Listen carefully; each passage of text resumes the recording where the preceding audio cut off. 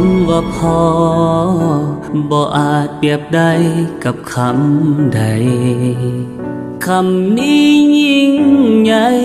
ความหมายเกินจะบรรยายเป็นคำเว้าสั้นๆแต่มีความหมายจากใจสื่อความหมายเป็นตัวแทนของความเมตตาห้อยดวงใจร่วมกันในความปราณีสั่งสอนลูกนี้ให้เป็นคนดีของสังคมมีจิตใจเมตตามันศึกษาศีลธรรมจริยธรรมแล้วทำแต่คุณงามความดีแต่แล้วก็ถึงวันที่พ่อนั้นต้องจากไปน้อมส่งด้วยใจให้พ่อไปสู่สวรรค์ก่อนที่พ่อจะจากลาพ่อยังย้ำเป็นครั้งสุดท้ายก่อนจะจากไปให้เจ้าเฮ็ดดีทำดีคุณของพ่อ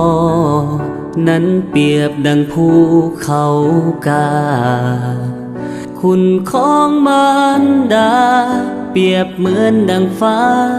กับดินพระคุณล้นพ้นยิ่ง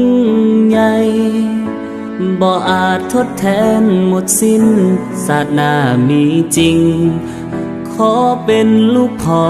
ตลอดไป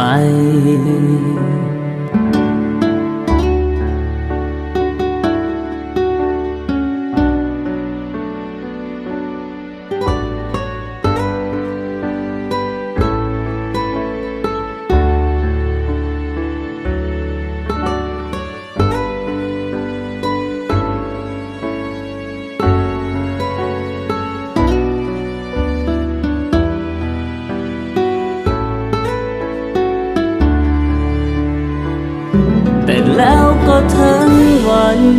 วันที่พ่อนั้นต้องจากไปน้อมส่งด้วยใจให้พ่อไปสู่สวรรค์ก่อนที่พ่อจะจากลาพ่อยังย้ำเป็นครั้งสุดท้ายก่อนจะจากไปให้เจ้าเฮ็ดดีทำดีศาสนามีจริงขอเป็นลูกพ่อทุกศาสตร์ไป